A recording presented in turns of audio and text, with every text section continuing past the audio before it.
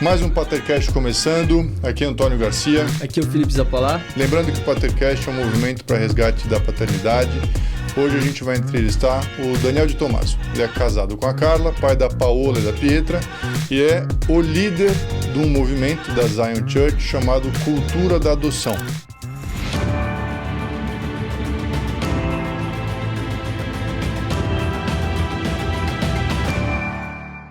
Daniel, você está bem? Eu estou bem. Obrigado, pessoal. Obrigado pelo convite. Muito bom estar aqui. Cara, é um prazer receber você. É isso aí. E, bom, a gente está fazendo isso e lançando no dia da adoção, Sim. 25 de maio. Sim, 25 de maio é Dia Nacional da Adoção. Exatamente. Não vou mentir falando que a gente está gravando no dia 25 de maio, porque eu não posso começar mentindo. A gente gravou antes. Isso. Porque a gente não é tão profissional assim de fazer ao vivo. Ou o contrário, vocês são profissionais de fazer antes. Pensa assim. É? Boa. Pensa assim. Estamos antecipados. Começou bem. Pensa assim, pô. Muito bom. Dani, a gente se conhece há bastante tempo já. Sim. Você é guitarrista também? Sim, toco guitarra, graças a Deus. Tá bom. Queria conversar com você. Eu já assisti algumas coisas suas, falando muito sobre a vida profissional. Antes da gente entrar um pouco mais na vida pessoal, eu queria que você contasse, desse uma passada rápida sobre quem você é profissionalmente e a sua trajetória. Pode ser? Boa, vamos lá. Bom, gente, obrigado por estar aqui de novo. Estou feliz de poder ter esse papo, assuntos favoritos. Então, eu gosto de falar de pão, guitarra e adoção. Assim, são meus assuntos favoritos. Nessa ordem, não? Não, a ordem varia. A ordem varia. Desculpa, você falou de pão. Só uma história engraçada que não tem nada a ver com nada. Uma vez eu estava numa recepção de um banco para uma reunião. E aí as pessoas encontraram, e umas pessoas estavam como conhecidas e encontraram uma pessoa que era filha do Amir Klink. Sim. E ela começou a contar sobre como na pandemia... Você sabe quem é o Amir Klink? Não. Amir Klink é um navegador brasileiro que já deu... Ele remou daqui até a Europa, já deu a volta no Círculo Ártico sozinho, Incrível. só essas loucuras. Incrível. E a filha dele falou que o pai começou a contar como o pai não ajudou na pandemia para ela virar e comprar um barco e reformar o barco e fazer uma viagem dessas malucas dela, que eu não lembro onde é, uma travessia do Atlântico, uma coisa assim. Eu falei, na pandemia eu aprendi a fazer pão. Eu falei pra ela. Ela ficou assim, tipo, tá bom, né? Cada um. Eu falei, então você tem que ter seus objetivos proporcionais. Mas E não é fácil fazer pão. não é fácil fazer pão e é muito bom. Assim como atravessar o Atlântico também deve ser, mas eu tenho menos essa vontade. Mas os meus 3 assuntos: pão, guitarra e adoção, que eu gosto de falar. Mas profissionalmente, eu sou publicitário, eu trabalho na área de estratégia. Sou estrategista, trabalhei a minha vida inteira como estrategista, trabalhando para um monte de marcas grandes, um monte de empresas grandes e campanhas legais, assim. Hoje eu sou CSO, que é Chief Strategy Officer da Beam Partners. A Beam Partners Chama é uma... CSO. CSO é o nome do cargo bonito. Chief Strategy Officer da Beam Partners, que é uma holding nacional de empresas, de 17 empresas na área de comunicação. E é a primeira vez que eu estou trabalhando assim, não numa agência, mas na holding que cuida das agências. Eu trabalhei na Ogilvy, trabalhei com Magalu muito tempo, trabalhei na Thomson, trabalhei na DM9, fiz um monte de coisa aí.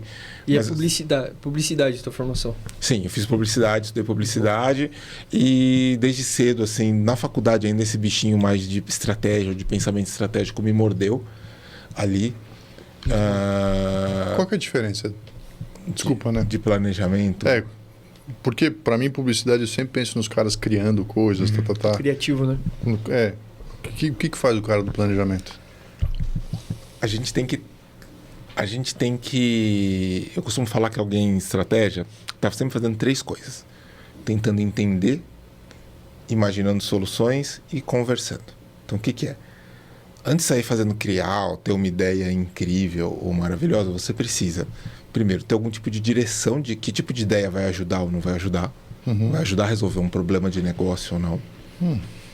E que tipo de solução você precisa que vai de verdade ressoar com as pessoas. Então, o papel da área de estratégia é entender essas pessoas, entender a relação delas com a marca, com a categoria, com os concorrentes, entender o que está acontecendo no mercado, conseguir ajudar a imaginar uma solução e falar, olha, a gente precisa de uma de uma ação ou de uma ideia que seja mais ou menos assim, que tenha esse efeito, que resolva isso. A gente tem que falar por esse lado. É melhor falar que esse produto é bonito do que falar que ele é durável. É o cérebro mesmo por trás do... Isso, mas aqui é uma coisa, quando a gente fala assim do cérebro, a gente pensa numa coisa muito... que acho que era mais assim quando eu comecei, uma coisa muito oráculo, assim, sabe? Você vai, estuda, aprende e volta com as tábuas da lei do briefing, assim, para falar, é para lá que a gente vai. E cada vez isso é mais colaborativo, é um processo que rola mais junto com as outras áreas, com criação, com a área de canais, com todas as áreas, vai funcionando dessa maneira cada vez mais. Por isso que tem o terceiro passo, que é o conversar. Então a gente está tentando, porque se a gente faz escolhas ali, o papel da estrategista é fazer escolhas, esse é o melhor caminho, ele precisa de alguma maneira do input das pessoas para fazer essas escolhas e precisa comunicar essas escolhas de algum jeito. Não adianta você escolher um negócio, você precisa explicar, você precisa convencer o outro, você precisa chegar no outro para poder colocar suas escolhas e poder fazer isso, isso rolar. Então é isso que eu faço. Esse bichinho mordeu desde que eu era bem novo, assim, no começo da faculdade. Acho que tinha um barato assim de um ambiente criativo, de ideia, mas também um ambiente com a questão da tomada de decisão e de como a gente desenvolve os critérios para cada decisão de maneira diferente é muito fascinante para mim. Quer dizer, para um bom criativo ter ali, você precisa de um bom planejamento para poder funcionar. Sim, na verdade. Precisa, sim. Acho que talvez um melhor criativo... Gente, vou ter que subir essa cadeira aqui. Eu vou voltar essa resposta do começo, se quiser editar. Acho que talvez um bom criativo, ou melhor, talvez um bom criativo não precise de nada, a maioria das vezes, assim, e tudo bem, entendeu? Acho que parte do trabalho de estratégia é saber que, assim, talvez você seja dispensável, então você tem que criar valor de algum jeito nessa história, mas você tem que ter, e assim, ó, alguma estratégia as coisas vão ter. Seja você prestando atenção, sendo intencional sobre isso ou não. Qualquer coisa que a gente faz. Então, isso aqui, esse podcast... tem uma estratégia. Vocês podem sair fazendo, ou vocês podem refletir sobre isso e ganhar clareza. Por isso eu acho que pensamento estratégico tem muito a ver com clareza. Clareza, quando você consegue entender o que você está fazendo, quais são as decisões que tomou, que tipo de evidência você tem para aquilo. Então, é isso que eu faço. E eu faço isso hoje para clientes dessas 17 empresas e para projetos onde essas empresas têm que trabalhar juntas. Então, a gente tem uma empresa de dados e uma de ponto de venda. Então precisa trabalhar junto, precisa de um pensamento que junte os dois. Eu estou nesse meio. Eu confesso que eu estava bem animado para a conversa, porque a gente tem essa conexão. Eu trabalhei 15 anos no Publicis, a gente estava falando um pouquinho, né? Mas a minha experiência é mais na área financeira. Eu confesso que eu via as coisas acontecendo muito, mas como minha área era de um suporte para a área operacional, eu não sou formação publicitária. Mas eu acompanhava muito o mercado, né? Eu trabalhei com o João Live, José Eustáquio, eu via, principalmente na área de planejamento, eles tem centenas de prêmios, né? Na área de planejamento, a gente vê bastante muito respeitados. Mas não só por isso também, você hoje é casado, você tem 2 filhas. Sim, tem 2 filhas, gêmeas. Muito bom, é uma coisa que me conecta também, eu sempre converso com a Rafa, eu tenho uma vontade, é algo que... não sei se a gente até já conversou disso, mas é algo que a gente vive em oração, que é sobre adoção. Eu tenho 34 anos, minha esposa está com 32, 33, acho. A idade da esposa é ruim. Eu achava que ela tinha uns 25, comparando com você, né? Esse cara de velho que você tem. É verdade. E a gente conversa muito sobre isso, porque é uma coisa que a gente está no processo de ter filhos e a gente não considera muito no nosso processo ter adoção. A gente já teve até uma situação de uma pessoa próxima que acabou ficando órfã. E foi uma história assim bem triste ao nosso redor, que toda a família se mobilizou para ajudar a passar por processo, mas eu confesso que eu e a Rafa a gente ficou bem fragilizado ao ponto de colocar em oração o fato de considerar a adoção dessa menina. Ela era novinha, ela tinha uns 9 anos, uns 8 anos. Foi algo que a gente considerou assim e acabou não acontecendo, mas era um fato também que eu estava feliz por ter esse papo aqui, porque eu creio que vai me ajudar muito também nesse tempo. O que é o Cultura da Adoção? Cultura da Adoção é um movimento da Zion que tem como visão construir uma cultura de adoção dentro da igreja. Por que isso é importante? A adoção é um tema que ele é muito, muito, muito, muito abstrato. para as pessoas. Todo mundo tem uma imagem idealizada, que lindo, filho do coração, mudou a história da criança. Beleza, tudo verdade ao mesmo tempo, mas elas têm uma relação muito distante. De alguma maneira, uma cultura, ainda que seja uma coisa subjetiva, ela é muito presente. Então, você pensa numa empresa. A cultura de uma empresa é muito presente na vida daquela empresa. Permeia tudo. Isso, tudo que você faz, as relações, tudo mais. A cultura de uma igreja é muito presente na vida daquela igreja. A cultura de uma família é muito presente na vida daquela família. E a gente acha que a adoção é uma coisa tão importante diante de Deus que ela precisa, ou é importante que a nossa cultura do reino tenha essa cultura de adoção de maneira presente, coisa que não é assim.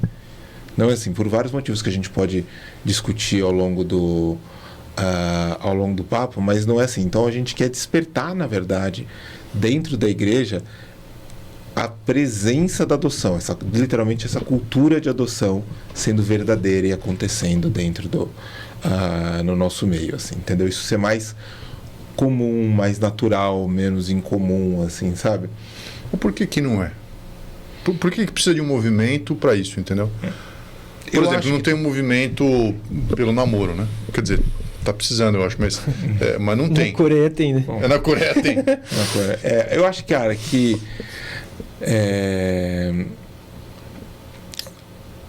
eu tenho uma hipótese. Eu não sei se eu posso responder que isso é verdadeiro. Por exemplo, quando eu penso num lugar como os Estados Unidos, lá é um lugar onde existe uma cultura de adoção, e dentro da igreja especificamente americana, da igreja evangélica americana, muito mais presente e forte do que na igreja brasileira. É mesmo? Muito mais, muito mais. Tanto que você vê esses pastores, pastores que gostam de ficar tendo 6 filhos, não sei o quê, adotam uns 3, adotam 6, os caras põem uns adesivos, serial adopter. Inclusive tem vários efeitos negativos nesse tipo de comportamento. A gente pode chegar neles depois, assim, mas não é nem tanto o caso. Mas é só para ilustrar, sei lá. Eu vi um número uma vez, eu posso estar errado. Aliás, eu ia até revisar meus números antes do papo hoje, mas não revisei, então eu vou inventar eles mesmo. Fica à vontade. Com base na minha memória. Mas é tipo assim, por ano no Brasil são adotadas 2.000 crianças. Nos Estados Unidos vão ser 100 mil, sei lá, uma coisa. Ou se não for 100 mil, é 50. Era uma diferença dessa grandeza. Entendeu? Então, assim, é uma coisa.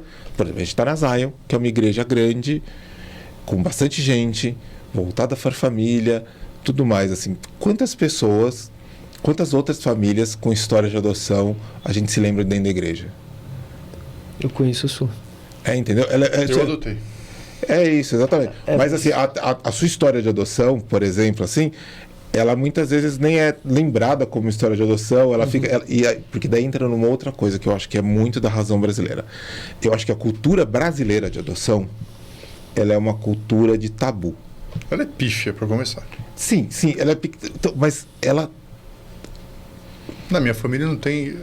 Eu não conheço ninguém da família do meu pai e minha mãe que é adotado. Ninguém. Números talvez sim, mas acho que. Mas assim, pensa que tem muita adoção no Brasil, mas existe essa coisa chamada adoção à brasileira. O que é isso? A adoção à brasileira é quando toca o seu telefone e fala: a filha da Cotinha de Minas Gerais, não sei o que, tá grávida e não vai poder ficar com a criança. Quer ficar? A gente falou sobre isso. Quer ficar? Caraca, isso acontece muito. Acontece. Não é que acontece muito. Acontece muito, muito, muito, muito. E aí o que se faz hoje em dia? A cultura de adoção no Brasil é uma cultura de tabu. Porque você pega lá o filho da filha, não sei o que, o que acontece? Vem aqui, não aviso ninguém. O que se fazia antes? Registrava em meu nome. Já era. E você... Isso, em muitos casos, virava um segredo, virava literalmente um tabu dentro da família. Você não falava sobre esse assunto, você não era vocal sobre aquilo. De que maneira isso se manifesta? Isso ainda existe. Hoje em dia tem algumas complicações legais, porque hoje em dia você não chega e registra qualquer criança em qualquer lugar. Mas o que eles fazem? Assim, você fica com a criança 3 anos, vem a guarda dela de algum jeito e depois vai lá e pede para o juiz aprovar a sua adoção. O juiz te dá uma bronca, fala: você não pode fazer isso, você furou a fila, você não sei o quê, mas no melhor interesse da criança ele acaba dando adoção, mas pode não dar. Pode não dar? Pode. Aí vai pro orfanato. Aí vai pro sistema de acolhimento. Tá. Sistema de acolhimento de algum jeito. É uma adesão violenta, mas é uma coisa... Mas assim, eu acho muito que essa falta de conhecimento, ela nasce desse tabu. Uhum. Porque é um tabu, a gente fala pouco. Coisa que a gente fala pouco, a gente não aprende, a gente não se desenvolve, a gente não cresce Se naquilo. acostuma. Não cresce naquilo. E aí eu acho que tem uma coisa especificamente dentro da igreja, que é, eu acho que isso ganha um viés espiritual dentro da igreja, esse desconhecimento, esse conhecimento meio tabuzão, que é a coisa a quantidade de pessoas que vem falar com a gente, que falam, fui falar com o pastor, falar que eu ia adotar ele, falou, toma cuidado, e herança espiritual, e você não sabe isso, você não sabe aquilo. Então, assim, o que a gente quer como movimento é criar uma nova cultura que reflita mais a cultura do reino em termos de adoção. Mas peraí, existe herança espiritual. Uhum. Tá bom, como que endereça isso? Porque de fato, na adoção, você não vai saber, em alguns casos sim, mas acho que na maioria dos casos você não sabe quem foram os pais. Uhum. Então, partindo do pressuposto que existe herança espiritual, como que endereça esse assunto? Eu acho que assim, eu acho que a gente tem que partir de um outro lugar para isso, assim. Primeiro que eu falo que todo mundo acha que o seu DNA físico, intelectual e espiritual, todo mundo acha que é filho do Einstein com a Gisele Bündchen, entendeu? Todo mundo acha que é incrível, entendeu? Que tem meu DNA aqui, esperança espiritual, pô, eu sou maravilhoso. Mas as pessoas não são essa Coca-Cola toda, certo? Certo. As pessoas não são. Eu penso na minha família, eu consigo pensar em um monte de questões de herança espiritual, claro. E eu imagino que vocês, de quem está assistindo aqui, você tá... Total. De quem está ouvindo, você fala, meu... Todo então, mundo a se primeira acha. coisa, na verdade, é se colocar um pouco em perspectiva. Fala, você não é lá essas coisas, entendeu? Então, o seu DNA também não é essa loucura toda. A segunda coisa é que, da mesma maneira que tem uma coisa mais poderosa do que o que você sabe ou não sabe sobre a sua própria herança espiritual ou sobre a herança espiritual dos seus filhos, tudo mais, que é o poder da redenção. E o poder da redenção é mais poderoso do que isso, assim, entendeu? A Bíblia é muito mais sobre essa redenção do que sobre a herança espiritual, assim, sabe? Isso, e é essa a história da Bíblia, entendeu? Então, assim, da mesma maneira como nós precisamos enfrentar isso e nós precisamos passar, você vai fazer. E assim, e são tantos e tantos testemunhos, quando a gente vai estudar mais sobre herança espiritual, sobre cura interior, sobre essas coisas, de como Deus revela essas coisas. Né? Deus revela essas coisas e mostra essas coisas. Então, eu vejo coisas das minhas filhas que eu não sei, mas eu vejo Deus me mostrando e revelando sobre o passado delas, assim, que eu consigo enxergar e sacar e orar sobre isso, assim, entendeu? Então eu acho que, assim, existe essa questão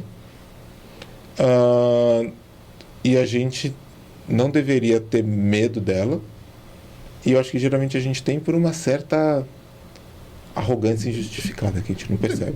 Assim... Só vou te dar a palavra, mas sobre esse ponto. E é uma das coisas que eu acho que é o problema dentro da igreja, é você não tratar os assuntos ou por ignorância ou por medo, e aí você deixa eles virarem tabu. Então tem o lance da herança espiritual. Tá bom. Tem que tomar cuidado. Tá bom, tenho que tomar cuidado. E aí eu faço o quê? Deixa a criança sem ser adotada, ou você vai me dar uma solução para esse negócio, entendeu? É isso. Não, vamos conversar. Acho que esse é um dos pontos de falar a respeito de adoção. Aliás, lembra aquele episódio que a gente fez sobre o Natal? Cara, a gente destrinchou o que é o Natal. E foi maravilhoso, porque tinha um monte de coisa. De onde vem essas coisas, entendeu? As heranças, né? Sim, assim, se existe herança espiritual, existe herança espiritual. Tanto a sua, você pode ser um peso para a coitada da criança que está vindo para você. Sim. E a criança pode vir com uma herança que você não conhece, mas o poder redentivo da cruz, do sangue de Jesus, é suficiente para tratar a sua herança e a da criança, e para que os dois possam seguir em frente, né? Exatamente. Legal, tá bom. Eu vou começar a fazer algumas perguntas aqui. Manda ver. Eu queria saber um pouco sobre a decisão. Como na hora de considerar a decisão de você adotar, o que a gente fala sobre, às vezes a gente espiritualiza demais, mas também tem o natural que a gente precisa considerar. Então, Como que foi isso para você? eu vou contar um pouco da minha experiência com a Carla e usando algumas referências assim que a gente usou sempre na história de adoção até hoje, tá? A gente sempre fala que, primeiro assim, quando você adota, qual é a pior coisa que você pode fazer? Adotar por empolgação.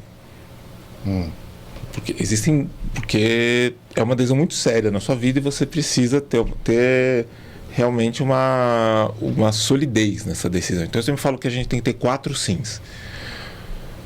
Que é, você precisa de uma direção de Deus, você precisa responder sim se isso está alinhado na tua família, você precisa responder sim. E família, você diz a tua família aqui? Esposa. Tipo assim, a esposa e você. Ou esposa e filhos. Ou esposa e filhos. Que alinha com os Exatamente. filhos, né? Aham. Isso. Tem um sim que é o sim da sua preparação emocional, se você está pronto para acolher aquela criança. Um assim. momento de vida, assim. Não, preparação, o momento de vida é o quarto, assim. Se aquilo faz sentido, de repente chegar uma criança aqui faz sentido na sua vida. Pode ser que não faça naquele momento, entendeu? Mas você está preparado emocionalmente para passar por aquilo e para acolher aquela criança como seu filho ou sua filha, independente de qualquer história, assim, entendeu? Se você tem esses 4 sims, você tem um sim para ir em frente, assim. Mas no nosso caso foi, eu e a Carla sempre tivemos vontade de adotar, por histórias diferentes. A minha mãe foi adotada e isso sempre foi uma história da minha vida, assim, que ficou marcada na minha vida, e eu sempre quis adotar. Conheci a Carla, comecei a namorar, ela também tinha muito histórico de trabalhar com crianças carentes, de fazer trabalho em abrigos, então ela sempre quis adotar. A gente queria ter filhos biológicos e depois adotar. Isso era uma decisão, assim, desde que a gente namorava, tudo mais. A gente começou a tentar ter filhos biológicos, sei lá, 1, 2 anos depois de casar, e não rolou. Não rolou. A gente tentou, perdemos 4 vezes. 4? Caraca, 4 vezes a gente perdeu, e aí depois a gente engravidava, aí depois faz FIV. Aí, sim, processo Vocês chegaram inteiro. aí para a parte mais... Sim. A gente foi para FIV, porque a gente engravidava, mas tinha algum problema de malformação, não ia para frente, aí tentamos de vários jeitos. E foi um processo muito dolorido. Até que chegou um dia que eu lembro dessa noite, assim, que a gente tomou a decisão, que a gente recebeu de feedback. A gente tá fazendo FIV, porque com a FIV a gente podia fazer uma análise genética antes de transferir os embriões. O que é FIV? Fertilização in vitro. Ah, tá bom. A gente conseguia fazer a transferência, a análise genética antes de transferir, sabia se tinha alguma malformação, porque daí a gravidez não ia para frente. E a gente fez o ciclo da FIV, e eu lembro que a gente não tinha tantos embriões assim, e quando fizeram o teste genético, e no dia seguinte, eventualmente, ia transferir, nenhum deles era bom. Que já tem toda uma discussão a respeito do embrião ser bom, se não é bom. Porque na FIV, do pouco que eu entendo, você pega os óvulos da mulher, faz a fertilização. Alguns fertilizam, alguns não. Então, os que fertilizam são os embriões que fertilizaram. E aí tá bom. Então, você vai escolher um deles. O que você vai fazer com os outros? Você vai descartar. Então, já tem uma discussão a respeito da ética e da moral de você descartar embriões fertilizados. Eu sei que existe uma discussão. Eu tenho zero opinião formada a respeito, mas existe essa discussão, entendeu? E no nosso caso, você faz assim, quando é fertilizado, ele tem uma célula, no dia seguinte tem 2 células, no outro dia tem 4 células. E você retira uma célula e faz uma análise genética para ver se o DNA, ele tem um DNA que é compatível com a vida, no fim das contas, assim, e nenhum era. E aí nessa noite foi duríssimo, né? Como todo esse processo era duríssimo sempre. Eu sempre falo assim, eu lembro da sensação de sentar na sala de espera de um médico, esperando se aquele ia ser o dia que ia dar ruim, entendeu? É muito, e foram anos disso, E naquela noite a gente decidiu, falou, deixa isso, guarda isso, vamos adotar primeiro. É só trazer uma coisa que a gente quer, a gente trouxe pra cá. E a partir daí começou um processo de cura, assim. Nessa hora, como é que eu tava nos 4 sims? Eu já sabia... Aquilo fazia sentido para minha família naquele momento. Eu estava alinhado com a minha esposa. Eu tinha que me preparar emocionalmente e precisava de um sim de Deus. E eu acho que esse sim de Deus, ele veio na forma de como foi o processo de espera para adotar, e o processo até chegar às meninas. Porque quando a gente decidiu, a gente foi no fórum, demorou 2 anos e meio até as meninas chegarem. E eu me lembro, assim, foram 2 coisas que foram sinais, assim. Primeiro, que esse processo foi um processo de muita cura para nós. Porque a carga emocional e o desgaste emocional de tudo que a gente passou foi muito intenso. Muito intenso. Vocês ficaram tentando, fazendo FIV por quanto tempo? Cara, até a gente chegar e ter filhos, o processo inteiro, cada hora a gente tá tentando uma coisa, tentar ter biológico, tenta esperar, tenta ter biológico de novo, faz FIV, não funciona. Não, antes de fazer FIV, faz uns exames, não sei o quê. Entre isso e a gente decidiu adotar, foram uns 8 anos, depois mais 2 para as meninas chegarem. Um processo triturante. Sim, então, mas os 8 anos foram triturantes. Imagino. Foram triturantes. Os 2 anos e meio esperando foram ótimos. Imagino. Porque na verdade, assim, e essa foi o meu primeiro sinal de Deus, assim, sabe? Que eu estava no lugar e fazendo aquilo que Deus queria que eu fizesse, eu tinha o meu sim de Deus. E eu tinha que me preparar emocionalmente também para aquilo. Então, assim, como eu falei, foi muito duro, assim, né? E eu acho que a adoção, me preparar para o processo de adoção, ele me colocou num caminho de cura aos poucos emocionalmente para tudo isso. Porque, por exemplo, uma coisa que a gente fazia, a gente participava de um grupo de apoio. Grupo de apoio, todo mês vai lá, senta, reúne, tira suas dúvidas, tudo mais. Igual aquele que a Laís te convidou para, que tem um no Mackenzie. Eu não sei se exatamente o que eles falam como grupo de apoio. Grupo de apoio é grupo de apoio com pais mesmo. Mas acho que lá são pretendentes. Mas lá ela acho que é um grupo de pretendentes que pegam um certificado, que é o certificado necessário para quem quer aplicar para adoção. Então, assim, e aí, o grupo de apoio era espetacular. Era um sábado que a gente acordava, já empolgado, ia, conversava. E eu conseguia sair de lá. Eu lembro que eu saía com a Carla no final da tarde, a gente parava para jantar ou para tomar um café, a gente conversava por horas pelo que tinha se trocado. E depois eu não ia mais pensar nisso o resto do mês. Caramba, era uma vez por mês? E isso foi curando, porque quando você não sabe o que vai ter, você não tem um negócio, aquilo entra num espinho na sua cabeça, assim, que você não consegue sair.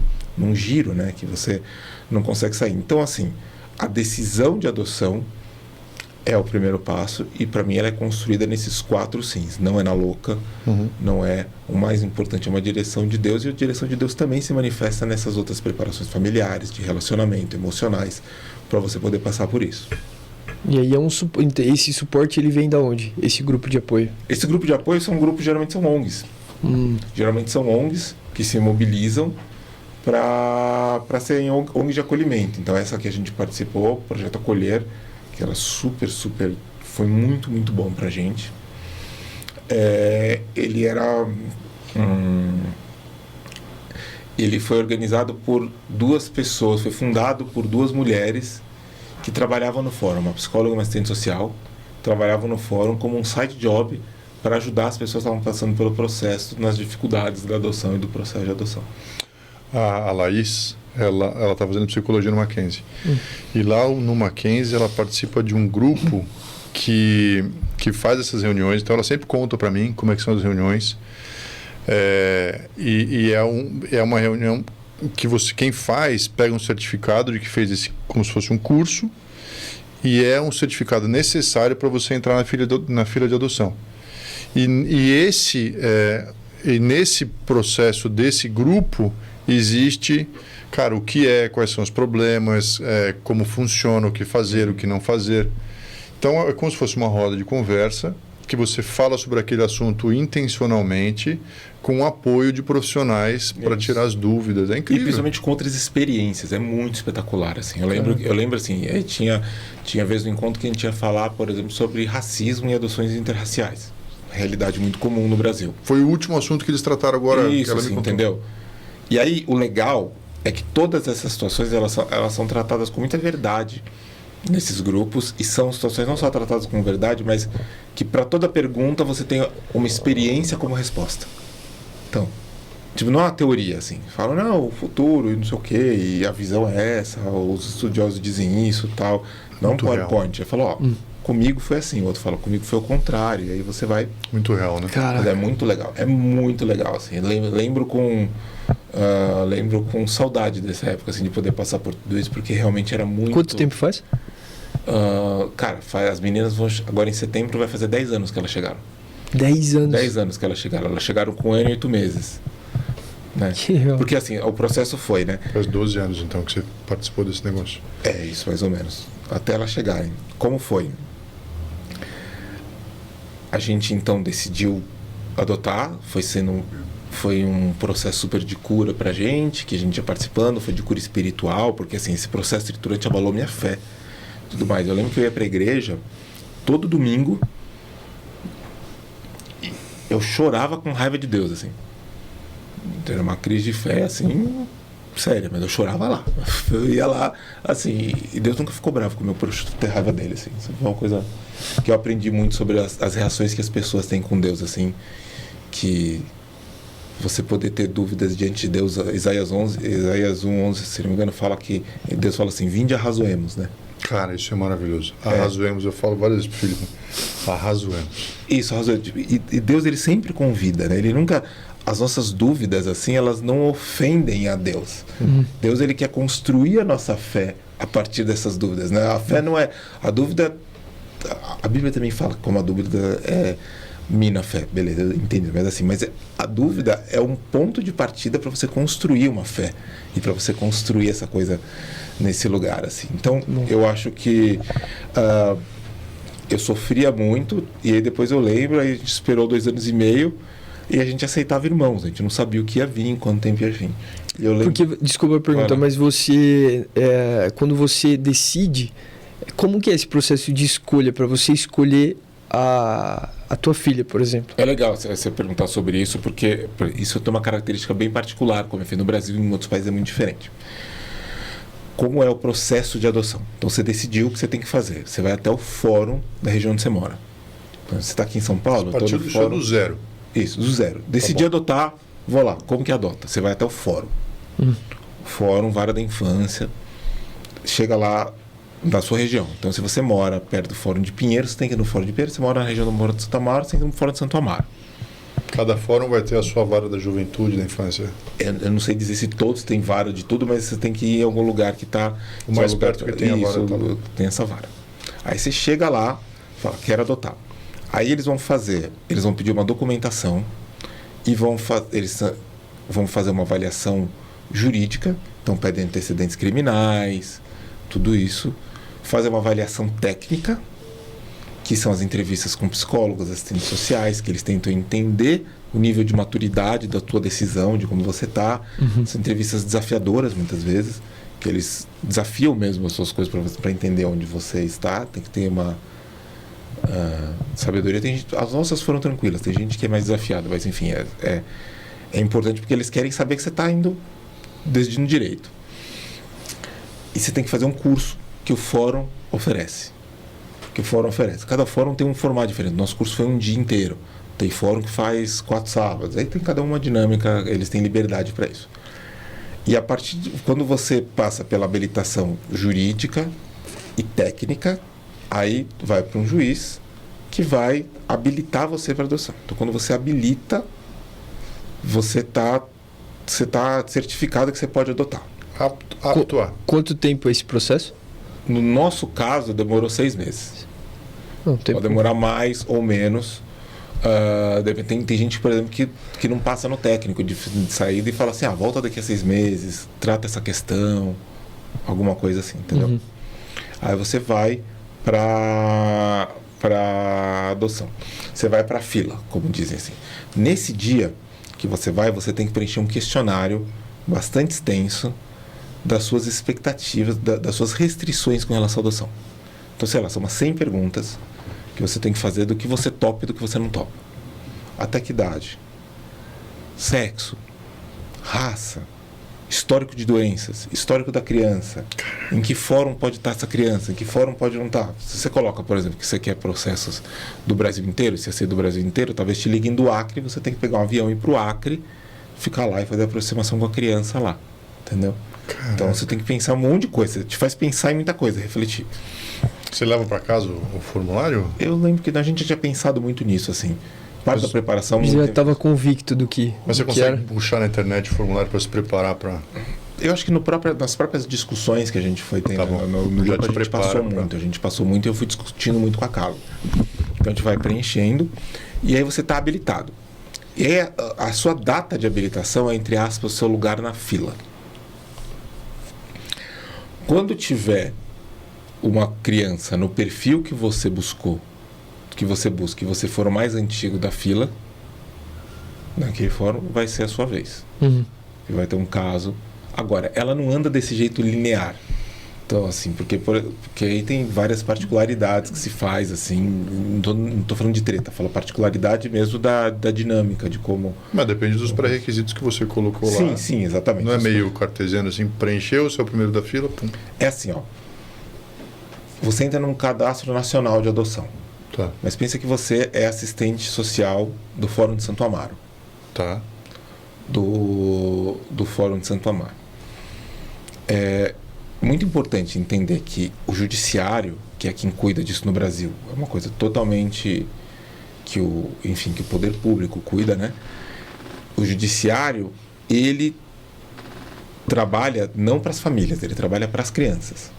Sim, exatamente. Justo. Ele está lá, a gente é uma matéria-prima para eles. Justo.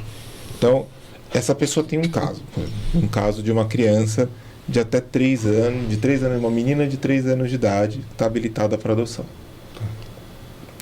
Quando essa pessoa pega esse caso, talvez na fila nacional, no Rio de Janeiro, tem alguém que está há 5 anos esperando, Tá. entendeu? Mas tem uma pessoa que está... A pessoa mais antiga da fila dentro do Fórum de Santo Amaro está há 3 anos. Ela vai chamar essa pessoa dentro do fórum. Tá. Entendeu? Não é que você tem que porque isso ia dificultar, na verdade, burocratizar, né? Então eu acho que tem essas particularidades. Então a gente esperou 2 anos e meio. O que acontece enquanto isso? Da mesma maneira que os pais, os pretendentes passam por isso, a criança também passa por esse processo. Ia te perguntar isso, você falou, a criança está habilitada. Pode ser que a criança não esteja habilitada? Então, o Matheus, que é muito bom com os números aqui, estava falando pra gente, tem hoje no Brasil 30 mil crianças acolhidas no Brasil, Tá. no sistema de acolhimento. Dessas crianças, só 4 mil estão disponíveis para adoção. Por quê? Porque as outras 26 mil estão num processo que pode chegar à adoção ou pode não chegar até a adoção. Qual é o princípio? A adoção é uma medida extrema, é a última medida para a promissória de uma criança. Entendeu? A primeira medida é sempre, então os pais por algum motivo não estão em condições ou emocionais ou químicas ou financeiras ou de qualquer natureza para poder ficar numa criança. A primeira opção é sempre dar uma oportunidade para essa família se reorganizar para poder reinserir essa criança nessa família. Por quê? É do melhor interesse da criança que ela não viva essa ruptura. Sim.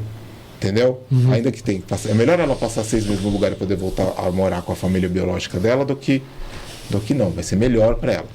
Se isso não for possível, ela vai para a família estendida. Sim. Que é alguém que tem alguma relação, a avó, o primo, a madrinha, Tio. o vizinho. Alguém que já tem alguma relação que você não exclui aquela criança desse lugar. Se isso não for possível, ela vai para adoção. Entendeu? Então esse é o cenário de como chega. Então por isso, essas outras 26 mil crianças que estão aqui, provavelmente elas estão ainda passando por esse processo. Entendi. Não são casos... Por exemplo, tem uma pessoa na igreja, Ulisses e Andréia, que é um casal, os dois são adotados. Na verdade, os dois são adotados, não. Os dois têm histórias análogas. A Andréia foi adotada desde bebê, cresceu numa família, e o Ulisses cresceu até os 18 anos num abrigo e não foi adotado. E ele não podia ser adotado porque o pai ainda meio visitava, tinha uma coisa, tinha os irmãos e tudo mais, então ele ficou num abrigo até esse lugar, esse momento da vida dele. Então, por que eu estou falando isso? Todos esses outros casos, eles estão sendo cuidados de alguma maneira, entendeu? O que eu acho sobre isso? As pessoas sempre falam, quando falam sobre adoção, elas sempre ficam muito encanadas com a legislação. a legislação da adoção, não sei o que, as leis, todo mundo quer mudar uma lei. Fala assim, e na verdade, as leis, elas têm ótimos princípios, assim, eu acho. A legislação brasileira de proteção à criança, ela é reconhecida globalmente por ser muito forte. Onde você tem uma deficiência, você pode fazer com mais eficiência, é você fortalecer a execução dessas regras pelo poder público, entendeu? Porque pensa, minhas filhas nasceram, no parto, a mãe biológica já comunicou que não poderia ficar com elas, que não iria ficar com elas, que é um direito que a mãe tem, que não é crime a mãe entregar ou colocar. E elas foram habilitadas depois de 1 ano e 8 meses. O que aconteceu nesse tempo? Esse processo de voltar para a família biológica, falar com a família extensa, não sei o que, mas de que jeito aconteceu? Desse jeito Brasilzão, mais burocrático, demorar, põe no diário oficial, edital, não sei o que, sei lá, 30 dias, alguma coisa volta, não tem essa celeridade. Entendi. Desse tipo de coisa. Assim, sério mesmo que faz parte do processo publicar no diário oficial? Eu não sei se é publicado no diário oficial, mas são coisas dessa natureza, desse mundo. Entendi, você é advogado, entende melhor que eu, assim, entendeu? Você tem que dar um período, você tem que dar uma coisa, você tem que fazer algum tipo de coisa, que é um jeito muito anacrônico, assim, de fazer as coisas. Então eu falei, se eu fosse bilionário e fosse dar certo, provavelmente não ia dar certo desse jeito, mas tudo bem, assim, eu ia fazer uma fundação que ia equipar o judiciário para eles poderem fazer esse negócio com mais eficiência. Provavelmente não ia dar certo, ia dar todo tipo de problema de corrupção em cima da minha fundação, mas... Não, seria uma excelente concessão, uma concessionária para fazer isso. Então, mas é que tá, eu acho que não é uma concessionária. Nos Estados Unidos você tem a figura da agência de adoção. Aqui a gente não tem isso? Não tem uma agência de adoção. Aqui no Brasil você não paga para adotar. Não tem custo. Tanto que no Brasil, isso é legal, né? Isso é super legal. E é um lugar do mundo onde gente que não é rica adota. Gente de classe média adota e gente mais pobre adota no Brasil. Existe isso. É mesmo? Existe isso e é legal, é uma possibilidade, porque, de novo, estamos precisando de famílias. A pessoa está minimamente estruturada, então você não precisa ter casa bonita para adotar tudo mais. Com certeza. Por exemplo, nos Estados Unidos você não adota sem pagar. É mesmo? Mas é caro? É porque provavelmente privatizou. É caro. Porque é através de agências certificadas. Também tem o patchwork lá, que são todas legislações estaduais, tudo mais, mas são agências que você paga e não tem um sistema único de como faz, entendeu? Então você vai para uma agência e aquela agência tem algumas crianças e aquela outra agência tem outras crianças. Então é um sistema bem mais... Então, assim, era menos sobre ser uma concessionária e muito mais sobre você conseguir fazer. Como você faz esse processo de maneira mais atual? Entendi. Para começar, você tinha que ter o triplo de pessoas trabalhando no fórum em torno disso, em torno desses casos, dentro desses critérios, porque são muitos casos, com pouca gente e tudo mais. Então, assim, seria correto dizer que o problema do Brasil não é a fila de adoção ou pessoas querendo adotar, mas sim a celeridade no processo de habilitação das crianças? Eu acho que isso é parte do problema. Parte. Assim. Isso é parte do problema. Por quê? Porque essa celeridade, acho que tem muita coisa debaixo desse guarda-chuva da celeridade, mas esse jeito de fazer claramente podia ser melhor. É importante também destacar que as pessoas que trabalham, um dos valores assim, do Cultura da Adoção é que a gente apoia a rede de suporte que existe às crianças vulneráveis. O que quer dizer assim? Eu acho que esse é o tipo de coisa que a galera também fica doida para meter uma capa de herói e querer sair resolvendo, né? Então, não, dá essa criança aqui, eu vou fazer, tem que fazer desse jeito, não sei o que, dá esse negócio, eu vou fazer. E, aliás, algumas pessoas diriam que crentes são especialmente voluntariosos nessa frente, assim. Então, exatamente, às vezes, passando ao arrepio da lei. Então, nosso papel é sempre, nosso ponto de partida é sempre apoiar o sistema, fortalecer o sistema.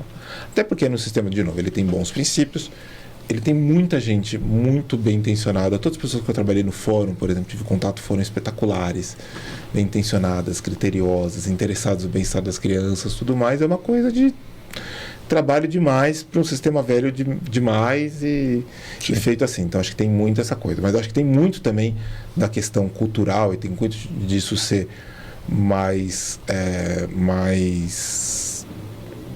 bem entendido. Né?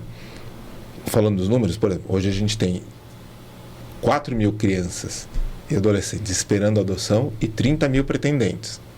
Você fala, a conta não fecha, Daniel. Por quê? Aonde tem esse desencontro? O desencontro de perfil. Nos pré-requisitos que as pessoas querem adotar e o perfil das crianças e adolescentes que estão disponíveis. E, geralmente a principal diferença deles é em termos de idade. 80% que é abaixo de 5 anos e 80% das crianças disponíveis está acima de 9 anos e tudo mais. Entendeu? 9 até quantos anos é o máximo que eles colocam? Até 18 anos. Até 18? Até 18? Até 18. Você pode adotar. Tem casos assim, de gente que adotou um adolescente de 18 anos. Caramba. Isso é uma coisa que está se alargando. Antigamente era muito difícil arrumar uma adoção para quem não fosse bebê. Hoje em dia você tem uma janela de tempo cada vez mais aceita, cada vez maior, e isso precisa continuar sendo estimulado. Tem muitas experiências muito recompensadoras e bem-sucedidas de adoções tardias, de crianças mais velhas, de outras histórias que são legais, assim, entendeu? Acho que também as pessoas têm que estar... E eu falo isso do lugar de alguém que adotou 2 menininhas de 1 ano e 8 meses. Entendeu? Então, estou falando... Você está na maioria, né? Sim, eu estou na maioria. Então eu não... Ainda que foram 2. Foram 2. A gente aceitava irmãos. A gente aceitava irmãos no mesmo momento, e quando ligaram pra gente, um dia falaram, tem gêmeas aqui. Caraca. E foi uma farra. E a pergunta é também, quando toca o telefone, qual que é o procedimento? O que acontece? Cara, quando toca o telefone, você primeiro... eu lembro desse dia, nunca vou esquecer desse dia, se eu ficar doente, mas aí a culpa não é minha. Eu estava na sala e a gente tinha ido fazer uma viagem, a Carla, porque a gente ligou para o fórum para saber como estava o nosso processo. A gente falou, a gente não vai ligar antes de 2 anos do processo. A gente ligou depois de 2 anos no fórum, e aí, como tá? A pessoa falou, você é de quando? Processo de 2012. Ih, a gente está fazendo processo de 2011, 2010 ainda. Banho de água fria, ficamos tristes e tal. Aí decidimos viajar, fizemos uma viagem que a gente queria fazer, voltamos e tava lá. Aí um dia o telefone toca, eu sou a sua Carla. De longe falando, sim, estamos interessados sim. Ela chega correndo assim pra mim no telefone, assim, empolgada, assim, sim, estamos interessados. 2 meninas? Sim! Gêmeas? Paulo e Pietra? Sim! Você falando, então foi aquela farra, aquela coisa. Mas o que acontece a partir daí? Ser gêmeas foi um cereja no bolo, assim, de Deus. Eu sempre quis ser filho gêmeos, assim. E a gente... Você vai no fórum e você vai conhecer a história da criança e ver a criança por foto. No teu caso, ela era daqui? Ela era de São Paulo? Era do Fórum de Santo Amaro, do mesmo fórum onde eu estava. Você vai conhecer a história da criança e você vai entender que tipo de história ela tem, se é história que você ainda esteja mais ou dentro ou fora. Tipo, a gente queria até 1 ano e meio. Estava um pouquinho fora, mas eles ligaram mesmo assim. E, enfim, era um detalhe. Mas assim, eles te contam a história, passam todo o histórico, o que eles sabem, o que eles não sabem, as questões que eles podem ter, mostra uma foto e você decide se você quer ir conhecer a criança. Caraca. Quando você vai conhecer a criança, você vai conhecer, você começa o que eles chamam de período de aproximação, né? Então a gente foi conhecer as meninas, eu nunca me esqueço, sempre conto essa história. Quando a gente foi conhecer as meninas no abrigo, imagina, né? Como a gente estava esperando e tal. E o abrigo era uma casa em Interlagos, uma casa grande, assim. E as crianças ficavam todas embaixo, o quintal era embaixo, e depois subiam, que a rua era mais em cima, assim.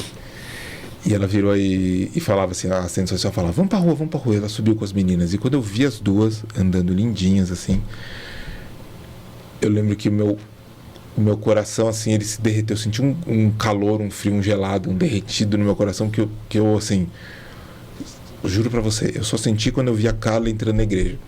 Assim, quando eu vi a Carla entrando na igreja. Porque, assim, eu só senti pra minha família, assim. Aí você conhece as crianças. No nosso caso foi super especial, mágico, não precisa ser, mas foi. E você começa um período de aproximação. Tudo pro benefício da criança. Tudo pro benefício da criança. Você vai fazer um período de aproximação. O que é o período de aproximação? É quando você vai chegar mais perto e você vai decidindo se você quer seguir ou não com aquela criança. Que você pode falar não por qualquer questão e você tem que ter esse direito de falar não por qualquer questão. Lógico que vão querer entender seus porquês, mas é um não, é legítimo você falar um não. Assim. Esse período de aproximação pode ser muito curto ou muito mais longo, dependendo da idade da criança e de como for esse processo. Se é um bebezinho, se for 2, 3 dias acostumou com você, você já pode levar para casa e desabrigar. Se é um adolescente, provavelmente vai demorar um mês ou mais, porque tem mais tempo para conhecer, para acostumar, para saber. Então talvez você faça saídas com a criança, passeio, leva para dormir um dia na sua casa, você vai construindo essa relação. No nosso caso, demorou 10 dias. 10 dias que a gente ficou indo no abrigo todo dia, tendo um tempo com ela, se aproximando, sendo avaliado pela assistente social, vendo o vínculo se formar. E foi muito rápido no nosso caso, graças a Deus. Foi muito a formação do vínculo. Não nem falando 10 dias é rápido? Assim, eu acho que assim, nunca demorou 10 dias para formar o vínculo. Assim, o vínculo formou muito... Para ter a convicção. Muito rapidamente. Mas eu acho que tem todo um processo. Tipo assim... Aí teve um dia que falaram pra gente que ia demorar mais um tempo, tal, quando tinha, sei lá, 8 dias, que a gente já queria levar elas pra casa. E não, tem que ver o fórum, não sei o que, vai demorar mais um tempo, a Carla ficou doente e tal.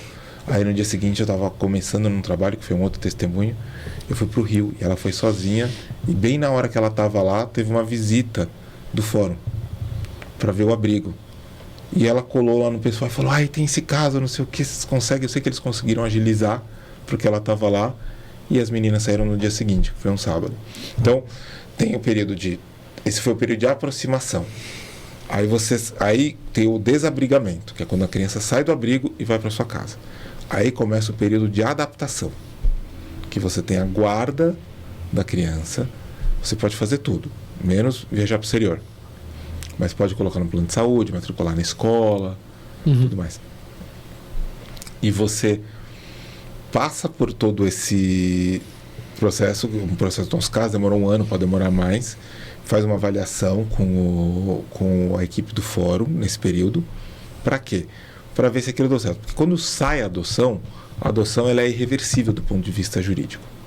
Você não consegue desfazer uma adoção. Então... Se um pai ou uma mãe por adoção não quiser mais ser pai ou mãe daquela criança, ela tem que abandonar aquela criança ou colocar a criança no abrigo da mesma maneira que um pai ou uma mãe biológica faria isso. Sim. Não tem, entendeu? Tipo aquele período igual do casamento que você consegue anular ali. Não, nesse período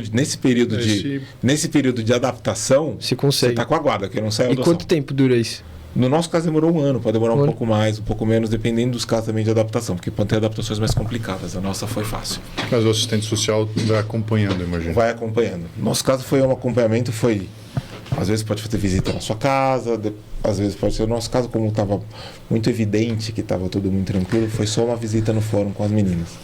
Caraca, muito bom. Uma das perguntas que eu tinha colocado aqui era sobre o primeiro mês exatamente. Como que foi essa experiência de, do nada, você tinha a vida ali com só você e sua esposa, e aí vocês passaram por todo esses anos aí de batalha, e do nada, nesse primeiro mês, você tem eles, as duas dentro de casa ali. Como que foi esse processo de adaptação entre você, tua esposa, elas, assim, como que foi isso? Cara, foi o caos e foi incrível. Foi um tempo assim. É o caos porque qualquer bebê que chega na sua casa é o caos.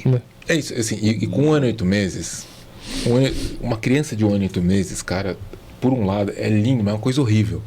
Porque ela tem todas as ideias de jerico de um bebê, que não sabe nada de nada, mas ela anda. E sai fazendo, cara. Então, pensa que num dia tinha a casa toda organizadinho, não sei o que, no outro dia tinha 2 dessas em casa. Entendeu? 2 dessas. Então, assim, não diria nem primeiro mês, assim, todo o começo foi muito intenso, assim, do ponto de vista de rotina, de adaptação, de colocar com as crianças. Cara, foi uma loucura, ao mesmo tempo que foi delicioso e especial e mágico, incrível, assim, passar esse tempo com elas, cuidar delas, ajudá-las, participar da formação delas, assim, que nem filho. Você tem assim. que pensar que o que eu imagino, né? Porque a gente passou pelo processo de filho. Então, quando você tem o filho, tem lá a gravidez que já está te preparando, mas também vocês tiveram um tempo de gravidez. Mas quando chega o bebê em casa, ele não faz nada, né? Ele fica deitadinho lá, chora, tal. Agora, eu imagino chegar o bebê já causando. É isso, cara. É loucura, bicho. É vida selvagem, cara. É vida selvagem. A gente queria ter mais, assim, sinceramente, a gente pensava em ter mais filhos, assim, depois. Hoje não tá nos nossos planos, assim. E muito, acho que por causa disso, assim, sabe? Não que eu tô traumatizado, assim, mas que foi... Não, é intenso, selvagem, assim. é selvagem. É selvagem, cara. Mas, assim, foi muito legal, assim. Mas, cara, era loucura, assim. Mas era muito divertido, assim, cara. Era muito divertido, assim. E lembro um dia, cara, que a gente tava no... E duas? Não, exatamente. Assim, o fato de duas, assim, não é 2 vezes mais difícil, é muito mais que 2 vezes mais difícil. É uma PG, não é uma... É, assim, a progressão geométrica, assim, o negócio fica muito mais louco, muito mais assim. Criança, e eu lembro das frases falando: Paola, não lambe o chão, Paola. Sabe, não lambe a geladeira, a outra pegando as coisas, fazendo a outra abrindo as gavetas e vira o móvel com a TV em cima da irmã. Assim, acontece tudo, cara, tudo, assim. Todas essas coisas que você imagina. É maluco. Até coisas. Um dia, a gente estava, a primeira vez que eu ia na casa de uns amigos, que a gente ia levar as meninas, outras crianças e tal. Aí Carla foi, arrumou o cabelo dela, pirotinho, assim, bonitinho, todas lindinhas, entrando no carro. E aí começa, né? Assim, tem esse grande fator, que é sair de casa com criança. Meu, é a Terceira Guerra Mundial, assim, sair de casa com criança é... Cara, é um bagulho muito maluco, assim, mas é a coisa mais difícil do mundo, assim. Eu lembro que a gente parou para abastecer na marginal depois daquele parto para conseguir sair de casa. A Carla vira, assim, tá olhando, ela vira pra Paola, ela dá um grito. Cara, um grito de horror, assim, de pânico. Eu falei, cara, a criança se machucou, se enforcou-se, pegou um sangue. Quando eu virei, ela tinha arrancado os birotinhos todo do cabelo e tava com o cabelo todo bagunçado, cara. E ela ficou completamente louca, assim, com o que tinha acontecido. Porque você tem essas coisas. Então, assim, o lado físico, assim, da adaptação, o lado natural é muito intenso e que vai funcionando. Mas aí, é assim... Tem essa particularidade, né, da adoção, que tem essa cara de uma hora para outra, né, de uma hora para outra, 2 andando, mas é ter filho, assim, entendeu? É ter filho, assim. Não difere muito. Quando os filhos do Antônio chegarem em casa, também é caótico por um jeito, e vai crescendo, e vai tendo outras dificuldades, vai tendo outra... Cara, a gente estava pensando só sobre isso. A gente gravou com a Paula, minha esposa, outro dia, né? E aí... a gente perguntou para ela, porque tá rolando uma frase que eu amo meu filho e eu odeio a maternidade, que poderia falar para paternidade também. E é engraçado porque você comentou isso agora e de fato, assim, o cuidar de uma criança é muito difícil. Não dá para você dourar essa pílula e falar, não, é tranquilo. Mas um amigo meu uma vez me falou, paternidade é a coisa mais difícil que existe, mas você foi feito para aquilo. Então, assim, não vai ser fácil, mas você certamente vai dar conta. Uhum. Teve uma vez que a Paula... O Toys, ele está com 15 anos, né? Um dia ele foi um bebê, ele está com 90 hoje. Ele tinha intolerância à lactose e refluxo. Então, à noite, ele mamava. Cada vez que a Paula acordava para dar de mamar, eu precisava ficar andando com ele depois, uma meia hora, assim. Então, eu nunca tive esse lance de, fica tranquilo, você tem que trabalhar, então você não acorda à noite. Não, ela dava de mamar e eu caminhava com ele. Aí um dia, já devo ter te contado isso, um dia eu estava exausto, cara. E depois de caminhar, eu falei, amor, eu não aguento mais. E entreguei o bebê para ela. Eu lembro ela pegou o bebê, eu lembro de onde ela estava, pegou o bebê, olhou, falou assim, eu também não. E devolveu para mim. E aí aquele dia brotou mais força, entendeu? É isso. Então assim. A paternidade e maternidade é um lance que você vai se descobrindo muito mais forte, muito mais capaz, muito mais paciente, muito mais tudo. E se você não passa por isso, talvez seja por adoção, ou seja por uma gravidez biológica, se você não passa por isso, você não descobre, acho que não nasce o pai, entendeu? Uhum. Porque você precisa passar por essas coisas que vão te deixar mais calejado e mais proprietário daquela situação. Você fica mais dono, entendeu? Você passou por aquilo. E eu acho que tem uma coisa, se você fala sobre passar, né? Passar, eu fiz faculdade de propaganda. Faculdade de propaganda não tem a fama de ser muito difícil. Na faculdade mesmo, como experiência acadêmica, assim, não é a experiência acadêmica mais desafiadora do mundo. Eu lembro que tinha uns amigos que faziam engenharia. Não. O cara ia lá, tirava 4,5 na prova, saía comemorando, assim. E aí eu brinco hoje, essa frase pode parecer um pouco polêmica, mas você vai entender que, assim, que ser pai, ter filho, tem que ser igual a faculdade difícil. Você tem que tirar nota 6 e ficar feliz. Em que sentido, assim? Não que você não quer fazer o melhor, ou que você não vai se esforçar, que você não tem uma visão de excelência. É porque a banda não toca assim, cara. A banda não toca desse jeito, assim. Mas você tá achando que tá se achando bonzão, né? Fala, vai lá então, bicho, vai lá. No sentido de que, assim, se você entra numa pira de... E a gente é muito estimulado por isso, né? A gente é muito estimulado por o que a gente deveria estar fazendo para tudo na nossa vida, e como pais a gente é muito muito pressionado, assim mesmo. Então, o que você devia estar fazendo, a escola que seus filhos deviam estudar, o tempo que você devia falar com eles, a maneira que você devia fazer, a gente é o tempo inteiro estimulado a ser melhores. E eu gosto de pensar assim, não de me acomodar naquilo, mas assim, saber que você tem que colocar todo o seu esforço. E aonde isso entra? É a graça de Deus que entra aí para fazer as coisas funcionarem, entendeu? Porque você pode fazer tudo certo com o melhor, mas tudo errado, assim, sabe? Porque é assim, no fim das contas, entendeu? O que faz a diferença é você coloca tudo e Deus coloca aquilo que precisa, aquilo que é necessário, aquilo que é importante, onde a sua força acaba, aonde vai. Então, assim, você precisa ter essa coisa. Foi espetacular e foi duríssimo. É espetacular e é duro até hoje, assim, sabe? De maneiras diferentes. Hoje tem outros desafios, hoje tem outros rolês, assim. Eu estava lendo as Confissões de Santo Agostinho. E aí tem uma parte do livro que ele fala a respeito de um fenômeno da vida que é muito estranho. A graça de você conquistar uma coisa que foi difícil, ou a graça de você sair de um período de dificuldade, como as coisas são melhores depois de você passar por uma dificuldade. E esse livro ele é do século IV, ele fala muito a respeito, ele filosofa assim, fala, cara, isso é muito estranho, por que será que isso acontece assim? É muito real.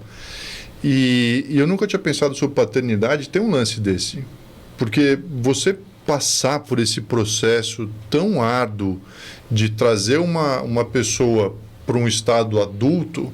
Então você está nesse processo, eu passei por esse processo com a Laís, eu estou nesse processo com a Thaís e com a Elisa, te traz uma realidade e uma maturidade que só o processo consegue trazer. Você não consegue comprar, você não consegue emprestar de ninguém, você precisa passar por aquilo, entendeu?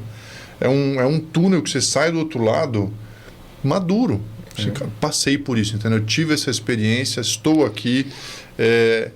O cabelo ficou branco e às vezes ele caiu, mas, cara, eu passei pelo processo e você consegue falar, meu, tá aqui, entendeu? É isso que eu conquistei, é maravilhoso. Muito bom. Acho que tem mais uma pergunta, deixa de perguntar hoje. Vai lá.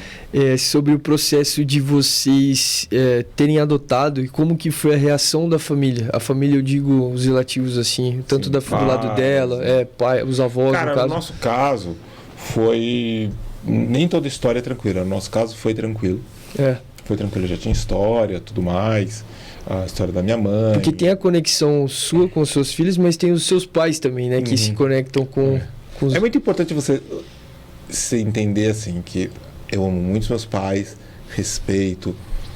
Mas era uma adesão nossa, né? Era uma coisa que... Era uma adesão da nossa casa. Da mesma maneira como você, quando, enfim, forma a sua família, você vai, em última instância, tomar as decisões sobre a tua família ali. Mas no nosso caso foi tranquilo. A gente foi procurando envolvê-los, então a gente levou o grupo de apoio para eles participarem pouco, para eles verem. Um dia a gente conversava um pouco com eles, a gente levou alguns dias no processo de aproximação, você vai envolvendo, mas muita gente fala assim, fui falar com os meus pais e me desestimularam, que nem os pastores desestimulam, os pais também desestimulam, assim. E a gente sempre fala assim, que a gente tem que olhar para isso de um lugar de graça, assim, de estender graça sobre aquela situação, de entender, de tentar conquistar e também saber que tem um limite. nessa história, que em última instância você tem que tentar conquistar para essa decisão, mas é uma decisão sua. É uma decisão sua, no fim das contas, que você vai fazer. Deus vai cobrar você dessa decisão. Não vai cobrar seu pai, porque ele não deixou você adotar, entendeu? A responsa é sua, assim. Então, você tem que... Cara, eu assisti um podcast seu e 2 frases suas eu anotei aqui porque eu acho que tem conexão aqui. Uma delas é que você entendeu em um determinado ponto da sua vida que você precisava pioneirar as mudanças. E a outra é que você é daltônico quando não tem palavras. Você se lembra de ter falado isso lá com o Nick? Lembro. Todo esse processo de adoção, e eu queria também conversar com você sobre os seus pais. Eu acho que é importante você trazer isso para eles muito mais como uma educação. Falar assim, cara, olha isso, tudo bem que você tem medo, tudo bem que você é resistente, mas me deixa apresentar para você. Exato. Do que, de fato, julgar, entendeu? Exato. Mas é exatamente isso, assim, você tem que ter o que a gente sempre direciona é estender graça no sentido de você ajudá-los a aprender. De novo, isso também tem a ver com cultura de adoção. Eles vêm de uma cultura que talvez não tenha isso, que isso não faça parte, não tenha esse entendimento. E cultura pode ser ensinada, pode ser feita, você sabe, você tem que... Então, é tua responsabilidade conquistar. Por quê? Porque vai ser melhor para você e vai ser melhor para seus filhos depois, entendeu? Se isso for mais fácil. Então você tem que pensar, então você tem essa obrigação. Você pode simplesmente falar, nunca mais vou falar com você, vou fazer o que eu quiser? Você pode. Sem esse direito, assim, não acho uma coisa muito inteligente, assim, entendeu? Seu pai e sua mãe são cabeça dura e vão ficar reclamando até o fim. É inteligente você não adotar por causa disso? Também não acho que é inteligente, entendeu? Então acho que você tem que ter essa coisa, mas você conquista as pessoas, você conquista. E tem uma coisa, cara, que a assistente social que fundou o grupo que a gente participava, trabalhou no fórum, ela fala uma coisa que é muito verdade. Ela não é cristã, não é evangélica, assim, mas ela fala assim, cara, o amor cura tudo. Tudo. A criança veio aqui, não se adapta, não aprende, tá fazendo xixi na cama com 11 anos de idade. Ela fala assim, cara, o amor cura tudo. É muito poderoso mesmo, porque tem uma coisa. Esse casal que eu falei, que é líder de link lá na igreja, Ulisses e Andréia, o Ulisses, ele cresceu a vida inteira assim no abrigo. Depois, quando saiu com 18 anos, foi morar no meio de uma república com os irmãos dele, com pessoas que tinham saído do abrigo e tal. Ele é uma agulha num palheiro, assim, o fato dele estar vivo. Assim, tá dando certo. Ele fala assim, que até ele namorar a Andréia, começar a namorar a Andréia, ele nunca tinha visto uma família. Cara, isso é muito louco. Ele nunca tinha visto, ele nunca tinha participado, entrando numa casa, um pai, uma mãe, não sei o quê, que você consegue entender essa história. Então, assim, o que a gente precisa, o mais importante, o que é, sei lá, quantos por cento da história, 80%, o que é desproporcionalmente mais importante é ser a família e estar lá. Porque, no fim das contas, quando eu falo sobre tirar a nota 6 e ficar feliz, é tirar o foco da nossa performance, colocar foco em ser quem Deus quer que a gente seja e deixar Deus fazer a performance, assim, sabe? Tá no lugar certo, tá nas coisas certas, entendeu? Você vai ter muitos desafios, vai ter dia que você vai querer forcar as crianças, você vai querer ficar doido com elas, assim, você fica... É menos controle, né? Sim, mas assim, por que você tá lá no outro dia? Porque você vai diante de Deus, vai orar, Deus vai te colocar nos eixos, o Espírito Santo te alinha, te organiza, e você volta para ser pai no outro dia, e você volta, aquele amor volta, e você faz, assim, entendeu? E você não ganha todas, assim, entendeu? É muito especial, é uma coisa muito poderosa, assim, né? De Deus. E no fim, e por que é tão poderoso? Isso é uma coisa que acho que é importante a gente falar, assim. Porque a adoção é a coisa mais... É através da adoção que a gente se torna filho de Deus. A coisa mais cristã que existe. É a coisa mais central da nossa vida. Base do... Você gosta de ser filho de Deus? Você gosta de ser filho de Deus? Porque você foi adotado.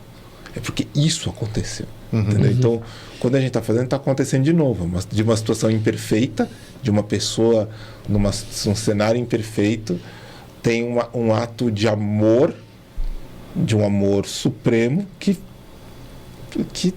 transforma aquilo. Eu falo, de repente você é meu filho, você vai ter tudo. Já devem ter te perguntado, mas você é pastor? Eu já fui pastor. Eu já fui pastor. Não sei, as pessoas falam que Existe isso de não ser sei. pastor, mas... Eu não atuo como pastor, não trabalho como pastor. Eu era pastor na Renascer. Ah, você foi ungido, pastor? Sim, fui ungido pastor. Fui ungido pastor. Sabia? Você sabia? Pesquisa, meu amigo. Eu fui ungido pastor, sim, atuei como pastor vários anos hoje na Zion. Desde que eu vim para Zion, eu não atuo como pastor, assim, mas dessa maneira, assim, ungido pastor. Você atuou como pastor por quanto tempo? Eu nunca dirigi igreja sozinho. Eu sempre fui na igreja que tinha um bispo e tudo mais, mas foram, sei lá, uns 8, 10 anos. Bastante. Uns 8, 10 anos. Bastante, Pegava né? bastante, fazia bastante coisa, assim, entendeu? Caraca, Dani, que Isso. demais. Você tem um investigador particular aí, né? Fazendo uns sou eu trabalhos pra mesmo. você. É curiosidade. Cara. Advogado é curioso. É. Cara, deixa eu mudar um pouco o foco de adoção. Tá bom? Como foi a sua criação? Seus pais, você cresceu numa casa funcional, você tem irmãos. Como é que foi isso? Cara, foi assim, ó. Eu cresci numa casa espetacular e nota 6 também, ao mesmo tempo. Tô falando dessa coisa, assim, tinha muitas imperfeições, mas eu posso falar sobre elas, mas eu sou muito grato. Tenho uma ótima relação com os meus pais. Meus pais foram ótimos pais. Eu sempre brinco assim, né? Meus pais, quando eu nasci, meu pai tinha 22 anos. E minha mãe, 26. Eles casaram em dezembro, eu nasci em maio, que explica bastante coisa. Que explica bastante coisa de como chegamos a esse ponto de situação. E meu pai... 22 anos. Com 22 anos. E ela 4 anos mais velha. E 1 ano e 10 meses depois nasceu minha irmã. Tá. E eu cresci nessa casa e a gente se dá muito bem até hoje. Tem muito amor nessa casa. Teve muitos momentos muito difíceis de relacionamento entre os meus pais, de relacionamentos nossos com eles. A gente cresceu na igreja, a gente se desviou na adolescência. Meus pais, quando casaram, os dois estavam desviados e depois voltaram para a igreja quando a gente era pequeno, mas depois eles saíram da igreja também e ficaram com uma relação mais assim. Mas foi um lugar... Eu vi família. Eu vi família e eu tenho memórias maravilhosas. Meus pais me ensinando, minha mãe falando coisas importantes para mim, meu pai me ensinando a andar de bicicleta, eu dando desgosto para eles, eu aprendendo com eles. Sou muito grato pela minha família. Assim. Então, estão casados. A gente sempre fala a respeito da ausência ou presença do pai. Então, existe o pai que ele pode ser presente fisicamente, mas às vezes ele é ausente emocionalmente. Como foi sua relação com seu pai? A minha relação com meu pai era... meu pai não foi distante emocionalmente, não, de maneira nenhuma. Ele foi um ótimo pai, assim, com todos os seus defeitos. Foi não, porque ele tá vivão aí. É novo, né? Então, nasceu quando era novo. Com o quê? 67? Tipo isso. Tá vivão aí.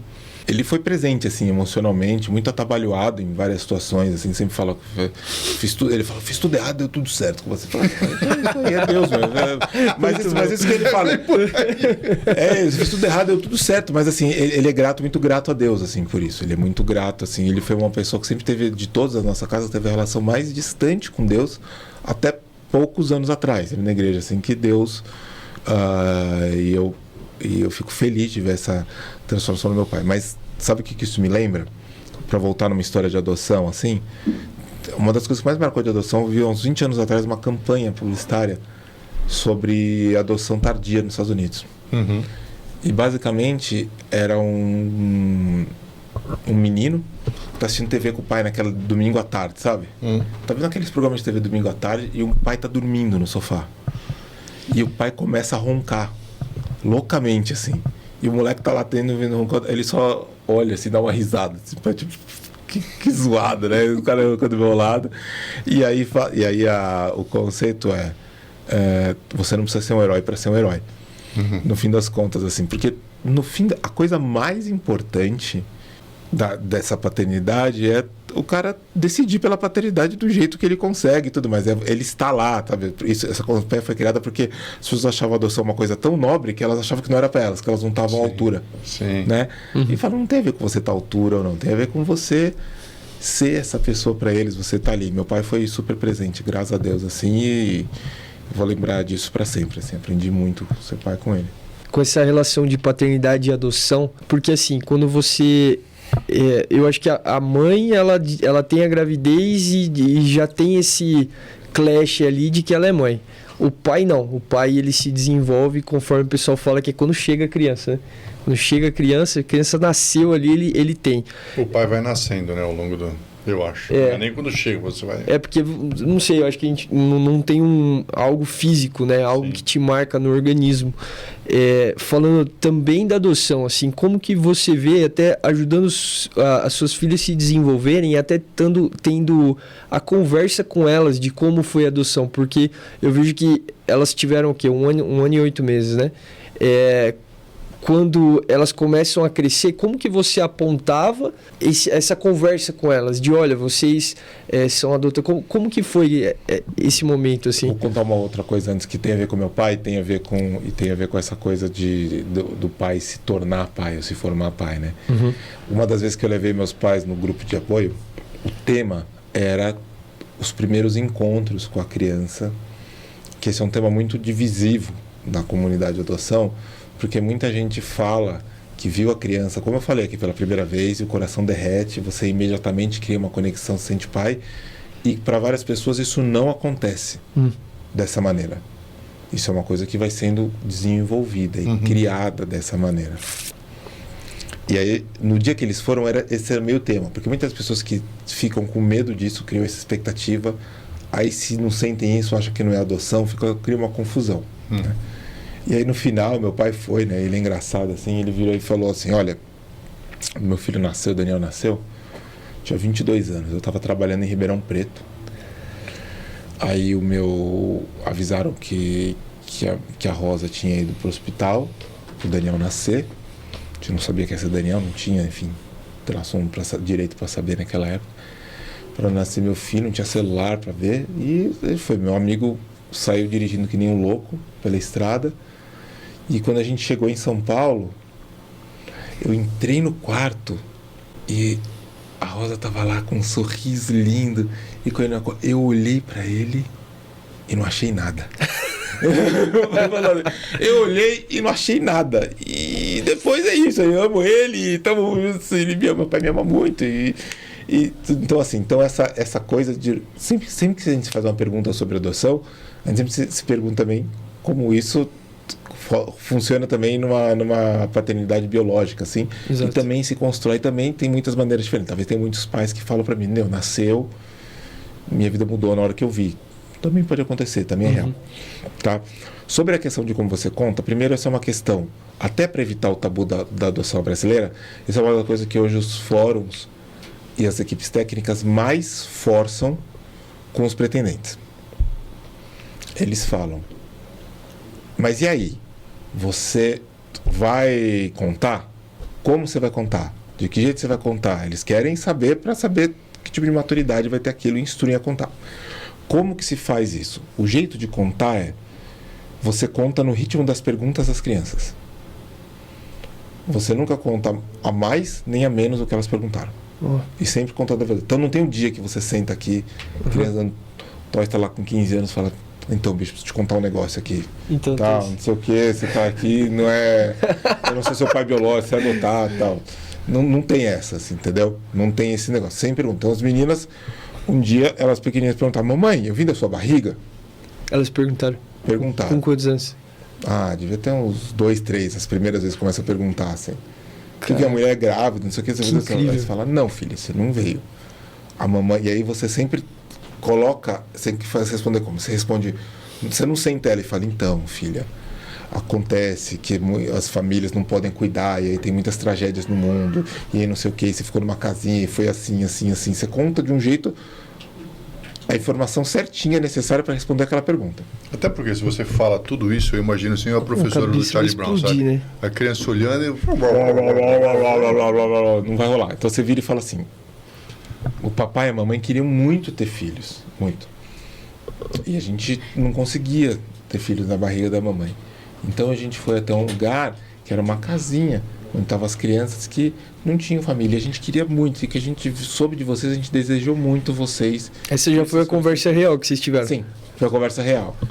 Aí depois, essa conversa, aí a criança fala, tá bom. A reação da criança, beleza. Você fala, beleza. Tá bom, você pai, faz deixa eu pergunta. brincar. Aí depois elas começam a fazer outras perguntas. E elas ainda vão fazer outras perguntas. Então, depois elas podem vir a fazer perguntas. Ué, mas de que barriga eu vim então? Por que que aquela mulher não pôde ficar comigo? Onde era a casinha que eu morava? Por que isso Cara, aconteceu? perguntas tão justas, né? Exatamente. E você tem que colocar, e, assim, e a gente, outro valor da cultura da adoção é verdade. Você fala a verdade, sempre nessa medida. Nunca mais, nunca menos do que a verdade. E aí ela vai formando, isso vai ficando, por que isso é tão importante? Porque isso começa uma coisa sólida dentro da criança para ela saber se defender. Caramba, eu conheci a história de uma pessoa, eu acho que deve ter mais histórias, obviamente, mas conheci uma de que a mãe não contou e ela descobriu depois da morte da mãe, de que ela era adotada. Ela tinha uma leve desconfiança, mas depois que a mãe morre, ela encontra algumas coisas e... Então, você imagina o tipo de... E tem um monte de casos, de novo, adoção brasileira. O que vai dizer? Você imagina que tipo de mecanismo... Eu não vou nem entrar no espiritual. O tipo de mecanismo psicológico que ela precisa fazer para recontar a história dela, para entender quem ela é, para entender o amor da mãe, para entender tudo aquilo, tudo mais, versus você vai ensinando à medida que a pessoa vai fazendo, e você vai criando essa solidez. Então, por exemplo, outro dia, as minhas filhas têm 11 anos, tem umas amigas um pouco mais novas com irmãs pivetinhas, 5 anos. Minha casa vive meninas penduradas saindo pelo ladrão lá. Cara, uma menina, um dia elas estavam falando, a Paola estava falando que estava falando de ter cabelo branco. Eu falei que eu estava falando com as meninas que eu tive cabelo branco desde adolescente. Aí a mais novinha falou para a Paola, então você vai ter cabelo branco. Você vai ter cabelo branco. Aí a Paola falou, eu não, sou adotado. Falou para ela assim. Aí a menina sabia, né? Minhas filhas são negras, nós não somos negros. Assim, às vezes fala mais disso, fala, sei lá o que acontece. A menininha vira a filha assim. Você morava na rua? Pergunta pra Paola assim, você morava na rua? Aí a Paola consegue rir, achar engraçadinho e explicar, falando, não, eu morava num abrigo, que era uma casinha, não sei o quê. Eu não podia proteger minha filha daquela situação ou dela não ter uma resposta.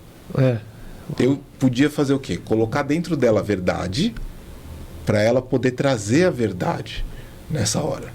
Né? E foi natural. Exatamente. A pergunta é natural da criança, Isso. a resposta é natural porque tinha sido plantada a verdade. Exatamente. Até porque vai chegar um momento que você não vai estar perto ali para ela poder responder aquilo. É isso, é a dureza da vida. Ela vai ter que ir pra porradaria sozinha.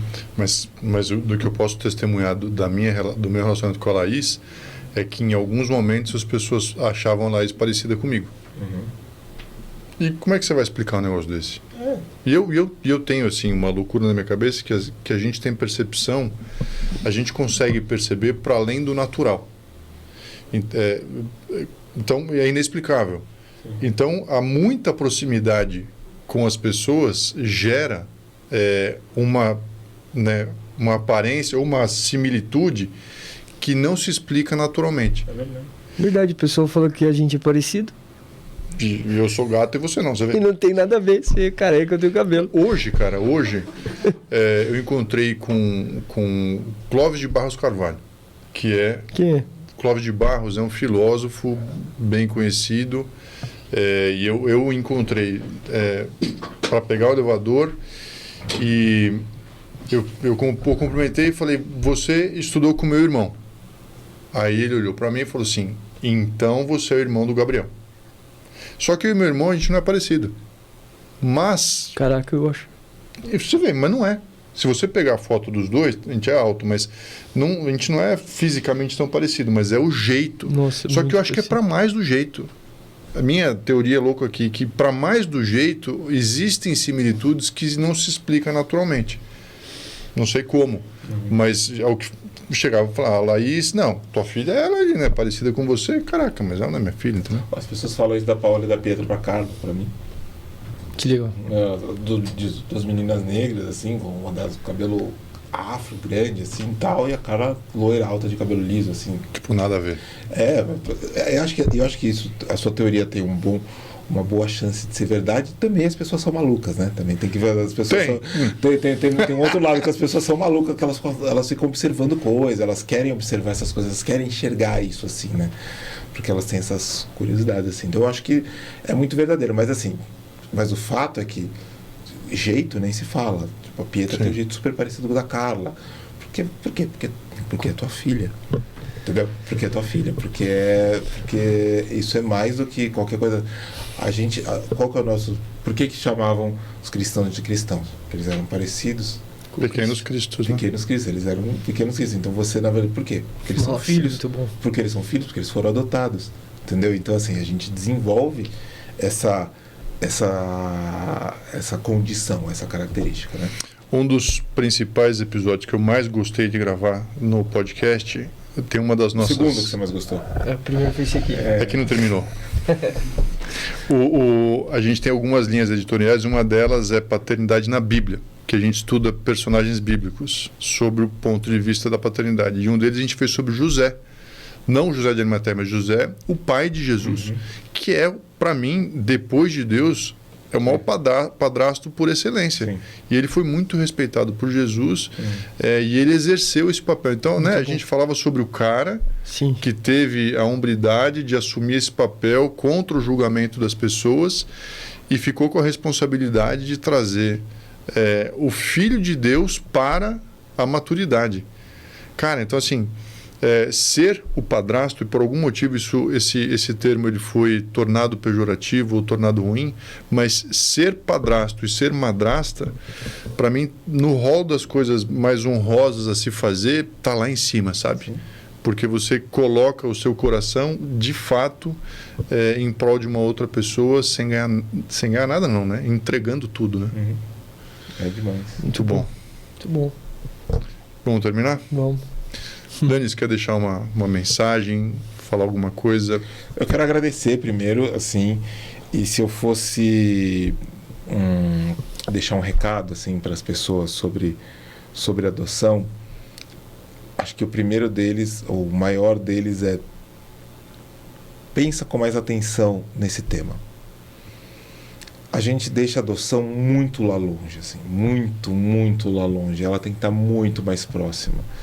A gente tem que conversar sobre isso, a gente tem que ver esses casos, a gente tem que considerar. Tem muitas outras coisas para serem feitas que não é adotar, então tem acolhimento, tem apadrinhamento, tem muitas coisas. É assim, todos nós temos uma parte nessa causa. Isso é uma coisa que eu creio. Todos nós temos uma parte nessa causa, a igreja tem uma parte nessa causa, e a gente precisa entender de Deus, intencionalmente falar: Deus, qual é a minha parte? Adotando? É falando sobre isso? É fazendo o quê? O que eu preciso fazer? Porque isso não pode ficar só na teoria. De resto, obrigado, pessoal. Quem quiser saber mais, pode seguir também Cultura da Adoção, Instagram, tudo junto. Muito bom. Legal, já te perguntar isso. Ali, e a gente consegue trocar ideia e falar mais do assunto. Tá Fechou. Bom? Legal. Obrigado, Dani. Obrigado, gente. Obrigado. Valeu. Prazer, valeu. Bom, ficamos por aqui. Obrigado por vocês que acompanharam.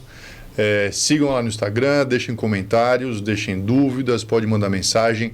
Acesse o Cultura da Adoção no Instagram e a gente se vê na próxima. Valeu, pessoal. Até a próxima.